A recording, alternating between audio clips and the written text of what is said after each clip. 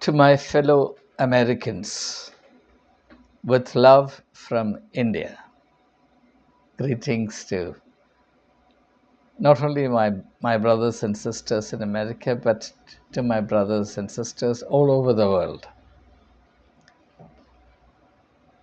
You might wonder why I, an Indian, address Americans as my brothers and sisters. I do so not as a turn of speech or as a matter of unmeaning courtesy or pompousness. I do so because of my deep conviction that we belong together on planet Earth, that the human family is one indivisible whole, and in it we are all brothers and sisters. This is my core belief, and I can't get out of it even if I try hard. Now, what is it that I need to say to my brothers and sisters in America? Just the other day, I shared a video titled An Appeal to American Churches. That message was addressed to the Christians in America. Not everybody in America is Christian. There are people of diverse faiths and persuasions, inclinations, linguistic, cultural, national backgrounds. America, as is famously said, is a salad bowl of diversity. What I have to say in this video is addressed to Americans as a whole, not just to Christians in America or churches in America. The only thing I want to tell them is this,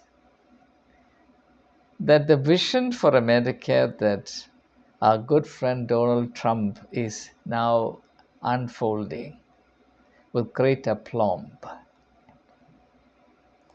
something on which unfortunately the attention of the whole world is focused.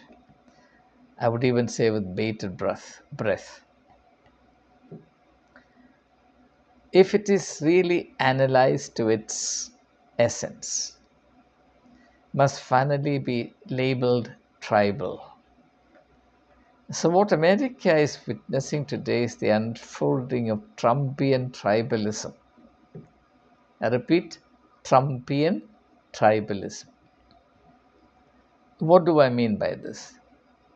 If you have seen my previous video, you would also have the basis for my argument, namely, that the vision of the founding fathers of America was a cosmic vision, a universal vision, if not cosmic. America was envisaged as a city set on a hill. It was meant to have a global visibility, global influence, as well as global responsibility, global outlook. America was also projected as a new Eden. Eden, as we know, is not an ethnic, regional, or national symbol. It's a universal symbol. It's a home of humanity. It's a garden of humanity, if you like. So, America was posited and projected as the second Eden, reinforcing the earlier vision of America as a city set on a hill. So, let's make no doubt about it. Let's not be apologetic about it. America is nothing if not global. In other words, tribality or the tribal outlook is a fundamental contradiction of what America is, what America should stand for. And the secret of the greatness of America as a nation and the people of America is precisely this universality.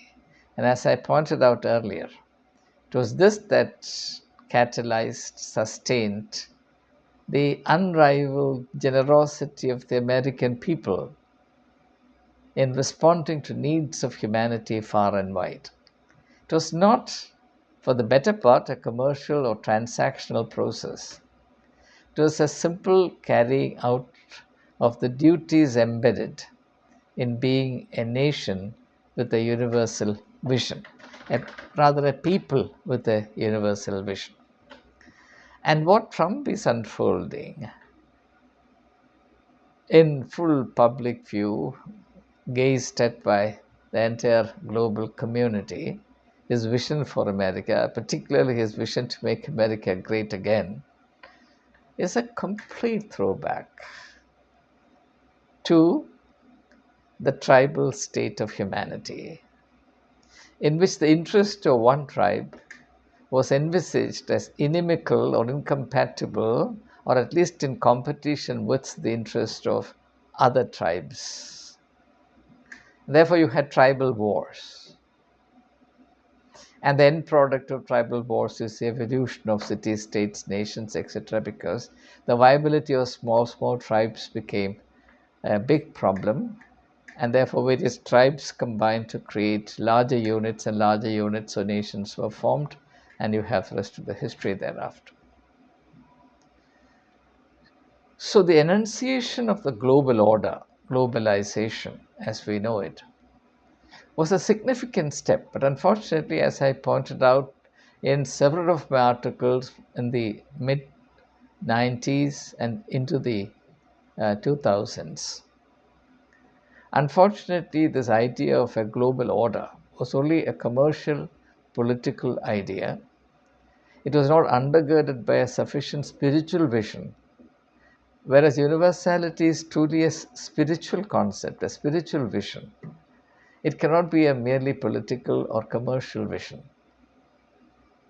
Politics is ridden by power, and power is necessarily divisive. So is commerce, because commerce is ridden by greed, and greed can only divide and fragment the human family.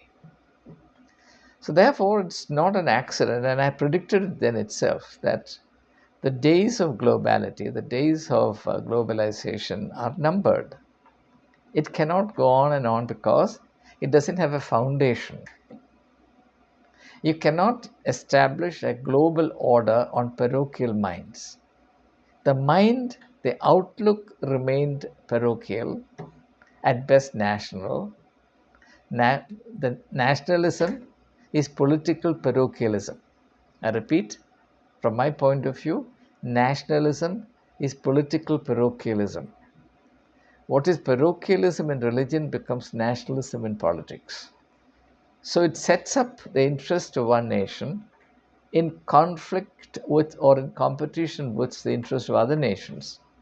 And patriotism then becomes the maximization of the exclusive interest of one nation, even if that has to be secured at the expense of the interest of other nations. So, just the other day, Trump has imposed hefty tariffs on Canada and Mexico, as well as a slightly reduced rate of tariff on China, 25 on the one hand and 10 on the other. 25 on Canada and Mexico and 10% tariffs on China. He has also announced his intention to make the Panama Canal America's property. He wants to own Greenland. So, American interests now posited in conflict with the prescriptions or fundamental principles of the global order. And Trump proposes to act unilaterally. And unilateralism is a rejection of universalism. That's why I say that what's being unfolded in the life of America and on the global stage is an outbreak of Trumpian tribality. Now, Americans should be wiser than realizing or assuming that the end product of this recrudescence of tribalism or the tribal outlook will be beneficial to America. It can never be, because it runs counter to the logic of history. And in this context, let me read out just one paragraph from a book that came back very strongly into the zone of my memory, a book I read a long time ago, I read it because of my interest in Gandhi, and this was one of the books that influenced Gandhi a great deal and it's mentioned by Gandhi as the books that influenced him in his book Hind Swaraj. By the way, Hind Swaraj is a book that Gandhi wrote while he was sailing from London to South Africa. And he finished that book in the course of the journey. And he was handwriting the manuscript. And he would write with the right hand, write incessantly. And when the right hand got so tired that it couldn't write anymore, he would write with the left hand. That's Gandhi. And at the end, at the fag end of the book, there is a list of the books that influenced Gandhi. So this book is listed there, and the book is The Duties of Man by Giuseppe Mazzini, that is Joseph Mazzini. If you Google The Duties of Man by Joseph Mazzini, you'll get that book. You can easily read it. It's very simple, written very simple language. 10th class Indian student should be able to read it without any difficulty and understand its profound insights. And I was constantly reminded of this book ever since Trump announced his policies after assuming office as the 47th President of the United States of America. Let me read out that paragraph. Think you that it will suffice to improve the government and social condition of your own country? It here means um, prioritizing the interest of your country exclusively to the detriment of the interest of others, rejecting the principle of universal responsibility, arising out of the conviction that we all belong together in the human family. So, universality is one of the main themes that Joseph Mazzini propounds in this book, The Duties of Man. So, think you that this parochial attitude, this America First attitude, if you like, think you that this will suffice to improve the government and social condition of your own country? No, it will not suffice. No nation lives exclusively on its own produce at the present day. You live by exchanges, by importation and exportation, import and export. A foreign nation impoverished and in which the cipher of consumers is diminished is one market the less for you. A foreign commerce ruined in consequence of evil administration produces mischief and crises in your own. So, the decline of another country, the loss of another country, is your own loss in the end. Failures in America and elsewhere entail failures in England. Joseph Mazzini was writing this book even though he was an Italian. He wrote this book while he was in England, during his stay in England. So he says failures in America and elsewhere entails failure in England. He should also have written and Italy. Credit nowadays is no longer a national but an European institution. Of course, now we have to say credit nowadays is no longer a national but a global institution. So it is in this context of globality, of globalization, that Trump is now unfolding his vision of America first, which actually for all practical purposes means America alone, which completely dismantles, it runs against the grain of the global order. And Americans should be extraordinarily foolish and short sighted to believe that the end product of this new cult of Trumpian tribality will redound to the greater glory of America. I predict without any fear of being proved wrong that this is a bus ride to self defeat and self denigration. America will harm itself. Rather than end up as becoming the greatest nation of the world, America will end up isolated. There may be a few cronies and parasites hanging around, but the global role that America has been playing since 1945 is now seriously at risk. And Americans, I expect, would have the wisdom to recognize this sure outcome and a somewhat prophetic and uh, anticipatory or precognitively, that is in advance, recognizes in advance. But of course, given the structure of governance in America and the extraordinary powers, the unmatched powers given to the office of the President of the United States of America, the people of America will have very little influence on this. However, they should not relapse into inaction based on despair. The American Congress, the American Senate can play a big role. After all the money is controlled by the Congress. Senate too plays its important role. There are checks and balances in the American system. And the ordinary citizens of America must now become alert and active, seeing in advance the disaster to which the country is hurtling, moving very fast.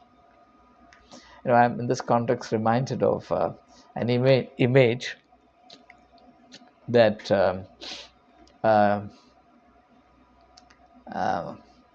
I think Dostoevsky as well as Gogol. Now, I think Gogol more than Dostoevsky. Gogol used in connection with Russia. Gogol was a critic of what America was under the Tsarist regime. And he compared Russia. He compared Russia to a troika. Troika is a horse carriage. A troika which was hurtling downhill. And people are all standing around applauding the troika which was hurtling downhill, not realizing that the end product of that adventurous journey would be the crashing of the troika to the base, with the horses killed and the troika destroyed. So Gogol, who wrote Dead Souls, a work that everyone must read, Gogol, Gogol, the Russian author, who compared Russia of his days to a troika that was hurrying downhill to its crash. America could be in a similar situation for aught you know. There may be temporary gains, I don't doubt it, but I'm talking about the long-term vision. And that doesn't augur well for America. And it's better that it's realized right now, because the opportunity to act is right now, here and now. Tomorrow may be a bit too late. So all the very best. God bless America. Say it again. God bless America. And now, since I speak from another country, I would say, God bless America with good sense. Thank you. All the very best.